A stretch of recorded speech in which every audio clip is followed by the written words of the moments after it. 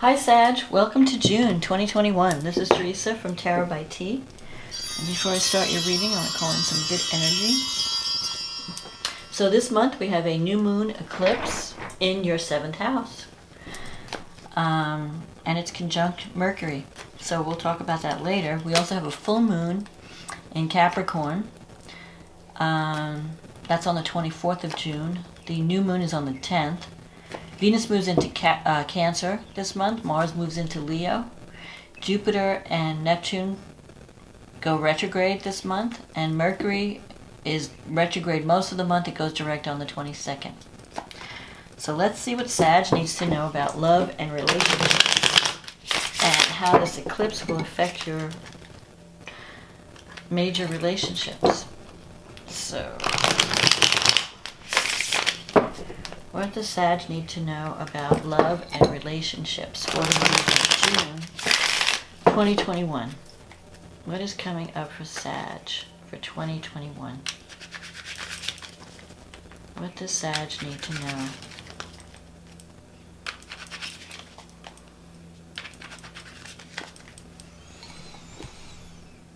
Okay, let's see.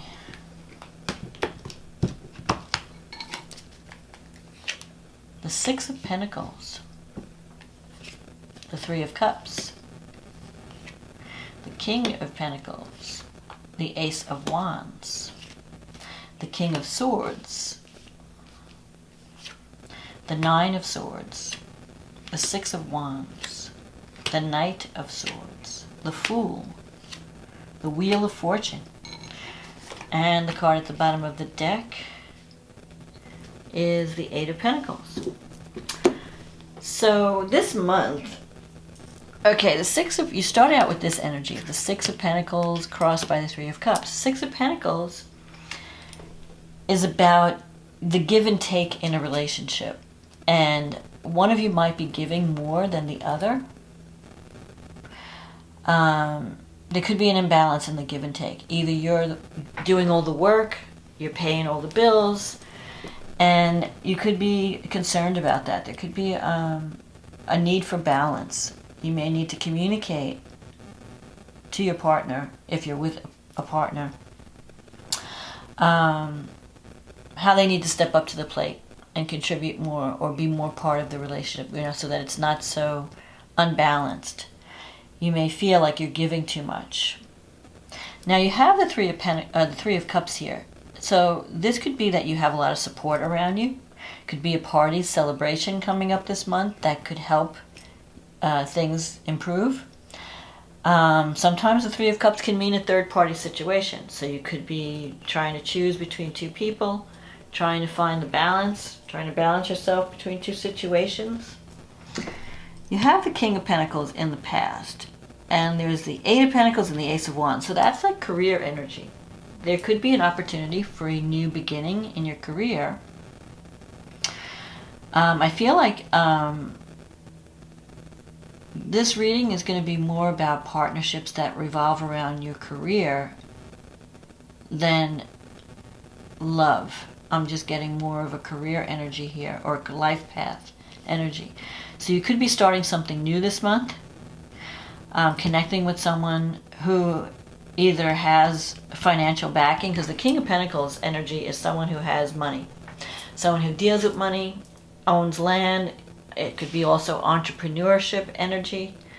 Maybe you're trying to create more stability in your career and more financial stability in your life. This could even be you needing to embrace this energy, like you're starting a business or you're starting a new path. I feel like there's like some there's going to be some opportunities popping up this month. You have the Fool here. This is like putting you in a brand new situation, a new cycle. The Eight of Pentacles is the beginning stages of something. So this could be that you're starting a new partnership or a new relationship with someone who is it could be an earth sign, because Pentacles can relate to earth energy. And this person is going to be more reliable than anyone you've dealt with in the past. So this is for people who are starting new relationships.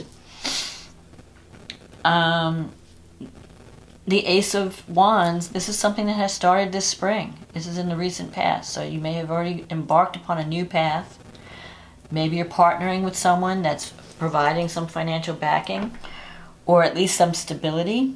Or this new path could be that you're starting a new business, that you're starting something that's where you're more in control, that you feel is going to bring you more financial stability. But I feel like you're working with others. It's not going to be a single thing. Like, there'll be some cause for celebration. Now, coming up in the future, you have the King of Swords and the Nine of Swords. So you could be under a lot of mental stress. The King of Swords energy is trying to separate what's real from what's not real, trying to make a decision. There could be some legal situations that have to be sorted out, contracts that need to be signed. If you're trying to decide about a partnership, you might be worried about a partner. Maybe you're feeling like you want to move out of a relationship, and you're trying to do it like you might be feeling guilty, because sometimes the Nine of Swords energy is guilt. And you have this Knight of Swords energy, which could represent the other person. Maybe you've been fighting more, or because this energy is more someone who's looking for a fight, someone who's just jumping into something without thinking, not considering the consequences of their actions. So you could be dealing with someone you feel is being reckless. Could be an air sign, Gemini, Libra, Aquarius. But you have the Six of Wands here. This is a card of victory and success. So I feel like you're experiencing career success this month. In spite of whatever's going on in your relationship, there is some type of success, celebration, maybe even a new start in some area, a new cycle coming in. But I think with this success, you're having to make some decisions around partnerships and relationships. And the decision is, where do I focus my energy? Because I can't do it all. Like the Six of Pentacles is like this balancing act. On the one hand, you're wanting to do the right thing. You're helping others. You might be involved in a career that helps others. But then there's this new opportunity. And you have more than one option. I feel like you're having more than one option this month, whether that's in a relationship or even a business partnership or a career opportunity. And this could come up suddenly because you have the Wheel of Fortune here with the Fool. So there could be some unexpected development this month that can put you on a brand new path, dealing with a whole new situation, new people, new cycle coming in, and you're going to have to make a decision. Do I follow this path? Do I go down this road? And how do I do it in the right way? Because I feel like there's some worry connected to it, or guilt connected to it, like you might be giving something up to follow this new path, and you want to do it in a way that that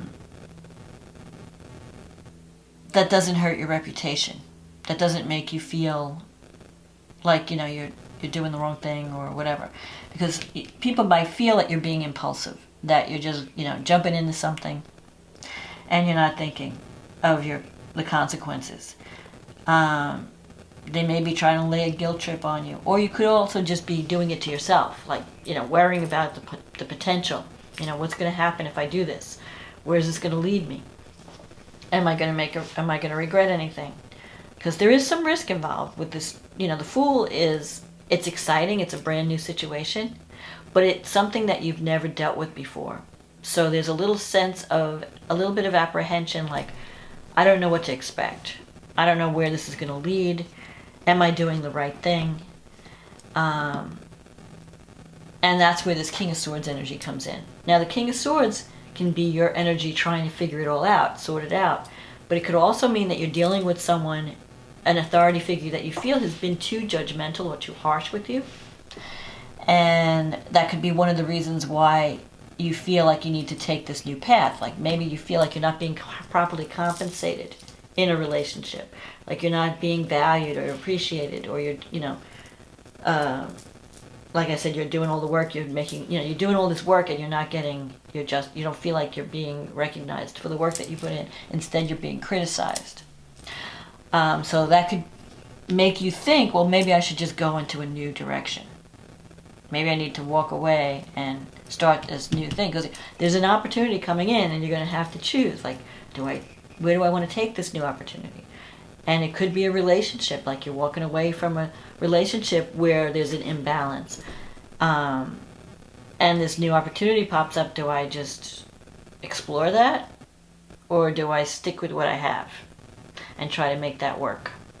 So that could be the issue that comes up this month. But there's definitely opportunity. Wheel of Fortune, things are changing. And I think that this new opportunity can give you, this is in your wish fulfillment sector, so it can bring you a lot of what you want. So let's see what the astrology says. So this new moon eclipse, solar eclipse, is happening in your 7th house. Now that's the house of marriage, it's the house of business partnerships, any kind of commitment. So an eclipse usually brings unexpected energy where you have to make a choice. One path, you have to choose between two paths. One, like, it's like crossing a bridge. And I can take this new opportunity, but if I do and I cross that bridge, I can't go back to the old. So you're like looking at the past thinking, do I really want to make this move? Because once I choose this, that's it. I can't go back. So, and Mercury is here with this eclipse. Sometimes a male figure, it gets eclipsed from your life in some way. But usually this, like, eclipses are like endings and beginnings happening simultaneously. Even though it's a new moon, and usually new moons represent powerful beginnings, it sometimes could be one thing ends, a new thing begins. And the eclipse energy is going to be in place for the next 6 months until the next eclipse in November. So this may not happen all at once this month. It may happen a month later. It could happen 6 months later. It could have happened a month earlier. But the energy is in motion. Now, the only thing you need to be concerned with if you're being pushed to make a decision is that Mercury is retrograde, and it's squaring Neptune this month. And that's activating that. So Mercury retrograde in the 7th house, squaring Neptune in the 4th house. So this involves partnerships, but also people that you deal with in the home. And so when Mercury and Neptune are square, there are things that are hidden. It may be like confusing energy around the home, miscommunication. You're not sure about a partner. Like, there's misunderstandings. And it's not a good time to make a final decision when Mercury's retrograde and squaring Neptune at the same time. That it just clouds everything. I can't see what the reality is. I don't know what the truth is. So if you can hold off making a final decision until maybe mid-July, that would be great, because you'll see a lot clearer toward the end of the month. And I'll get into the astrology later and explain why. But right now, there's just too many loose ends. There's too much information that you need more information. You need to find your way out of the fog. It's not a time of thinking clearly. It's a time of maybe seeing what you want to see, not seeing what you don't want to see, blowing things out of proportion. So just, you have a lot of positive energy, because whatever decision you do make, whatever new beginning is forming, it's trining Saturn in your 3rd house. So if you're signing a contract, it's going to be in place for a long time. So you want to make sure that whatever you're committing to, you're really wanting this, and you're doing it under the best conditions, that you're aware of all the facts and aware of all the details. So if you're pressed to make a decision, make sure you bounce your ideas off other people that are not involved. Like, if you have to sign a contract, get a lawyer to read the fine print, know what you're getting into, know ask a lot of questions so that you're not misled in any way. And I'm not saying that people are actively trying to deceive you. It may just be that there's a miscommunication or you're not reacting. You're not seeing all the details. I mean, in some cases, Mercury square Neptune can be deception, or like covering up things. Like, things may not, like, you may not be aware of certain things, especially in Neptune in the 4th house. I would look at water issues or mold issues. If you're buying a new house, check that out before you sign on the dotted line. At the same time, Venus is in your 8th house, and it moved into Cancer, on the 3rd of June. It's going to move into Cancer. And it's going to sextile Uranus in your 6th house. So that could bring unexpected developments around work where you finally get financial support. Venus brings money where it goes. Brings love and money. In the 8th house has to do with grants, insurance payout, taxes, inheritance. So you may get some financial support from someone outside, not your money, someone else's money is coming in unexpectedly and is helping you out. And it may even be, with Uranus, there could also be a positive outcome of a health issue. Like Uranus in your 6th house has been, it's unstable. It's bringing surprises. If you're working, it's surprises around work and your work environment. It could also mean unexpected developments in health where you have to, get a procedure done or something like that. Or check out your health. Mars, before it moves into Leo, Mars will move into Leo on the 12th. It's in your 8th house now. When it moves into Leo, it'll be in your 9th house. But before it does that, it's going to oppose Pluto. So there will be some power struggles around money, around possessions, around things that you value. Pluto is in your 2nd house. So you may have some person in your life that's manipulating the money, the purse strings. Like, okay, I'll give you this money, but only if you do that. Or I'll give you this thing that you value, but it's like there's like a power struggle going on. And it may anger you. You may feel like someone is playing mind games with you or manipulating you within a financial situation. So be prepared for that. What else? You have Jupiter in the 4th house. So if you are moving into a new place, it's going to be bigger and brighter than the place you're living in now. And so Jupiter brings like the positive energy, but the Neptune square Mercury, just have the house checked out because there could be some hidden thing going on that you want them to take care of before you move in. Just to be aware of that. Then we have the full moon. Now, one thing I could say, and the full moon is in Capricorn. And that's happening in your 8th, again, another financial house. The full moon's in the 2nd house, and the sun and Venus are in the 8th house. So whatever, if anyone's trying to hide something from you that regarding a financial matter, it's going to come out around this full moon. Because Capricorn shows you the reality of whatever you're agreeing to. It also shows you how much work you have to do. Like you may have to, maybe you're thinking, you may have to do a lot more work than you thought, or something might cost more than you were thinking it was going to cost, but it will pay off in the long run. If you do the work and you might have to get more serious about your finances at this time.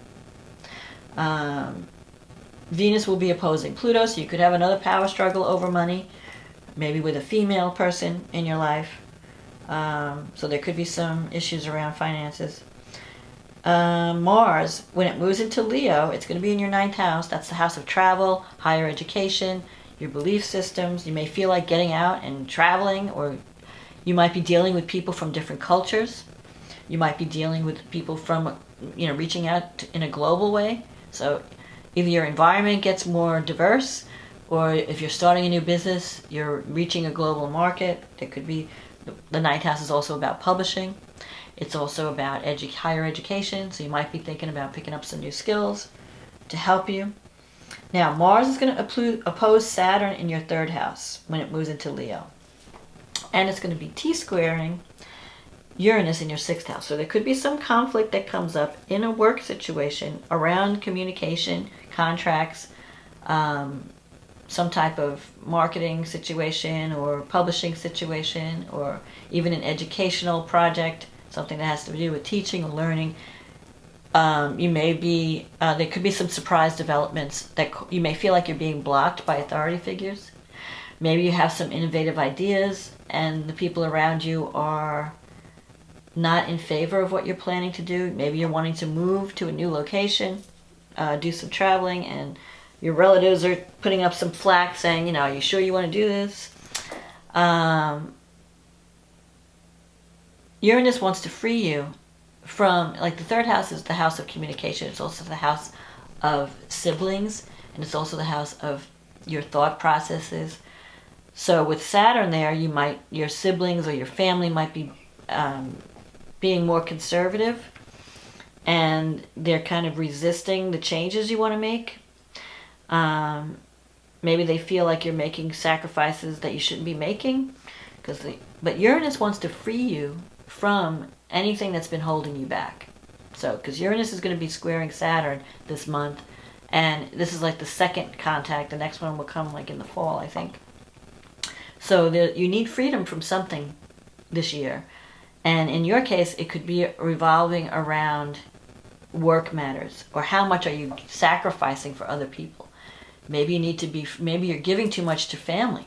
Maybe you're sacrificing too much for family and you need freedom from that. Or it could be a work issue. You're sacrificing too much at work and you're not getting properly compensated. Or you're dealing with people that are very rigid and they're not wanting to see you succeed, or something like that. Uranus could also bring up a lot of, like if you're overworking, it could bring up some health issues. Like you need to, take on less. Maybe you need to give yourself some downtime to recharge. But Venus is also now Venus is in your 8th house. Let's see. But it's trining Neptune in the 4th house. So if you are moving into a new environment, it's going to bring greater harmony to the people you share your home with. I mean, you may finally find a dream situation. Like if you wanted to move to a new location, you may move and find like the perfect place, and feel like, okay, this is my sanctuary. I now have my home, my sanctuary. The only thing that's complicating things is the finances. But I feel like you have like an angel investor or somebody that comes and helps you out financially, and it allows you to achieve a goal that you wanted to achieve for a long time. And it's putting you in a new environment. I think it's for the most part, it's going to be positive. Just make sure you check out the things that I was telling you about. Like, just check everything. Check all the contracts, read the fine print, know what you're signing up for. But overall, I think it's a new direction that's going to be positive for you. So I don't think it's going to be a bad thing. You just need to check if you could hold off on making any commitments or decisions until July.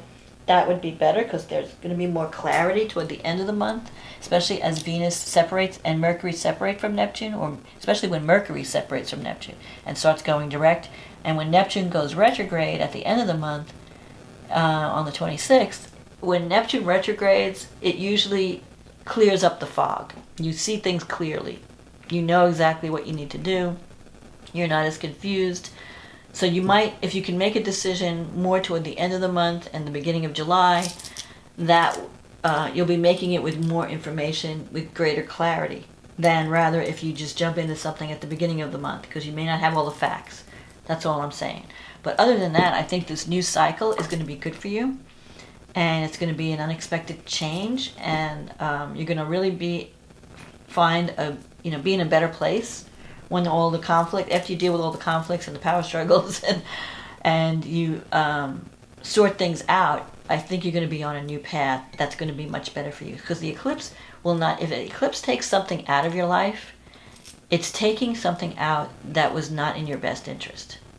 And it's allowing you to have this new energy coming in, new opportunity to be on a better path. So don't fear change, and don't be afraid to speak up, because this Gemini eclipse, it's about communication. It's about speaking your truth and researching the facts and telling your story.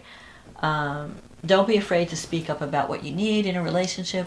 Don't be afraid to communicate your message if you have a story to tell. If you're starting a new path, you might be getting involved in some creative writing project or some kind of communication project, but it's going to be right up your alley. So you're going to be in a good place. You just have to get used to the new cycle. It's kind of like out of your comfort zone a little bit, but it will be fine. So check all the details. Find out what you need to know. Make a decision after you've really examined all the facts. Don't just leave things to chance, and you should be okay. So I hope you enjoyed this reading, Sag. If you did, leave a comment or click on the like button. I like to read all the comments. If it resonated with you, please let me know. And if you'd like a private reading, since this is general, it may not apply to everyone, click on the link in the description box. It'll take you to my website, and we can do a private reading based just on your situation, your specific situation. So I thank you again for supporting this channel. If you're new, welcome. I've enjoyed meeting all of you and reading for all of you, and thank you for watching, liking, subscribing, and just have a wonderful new beginning and a wonderful new month, and I will talk to you again next month. Okay, bye.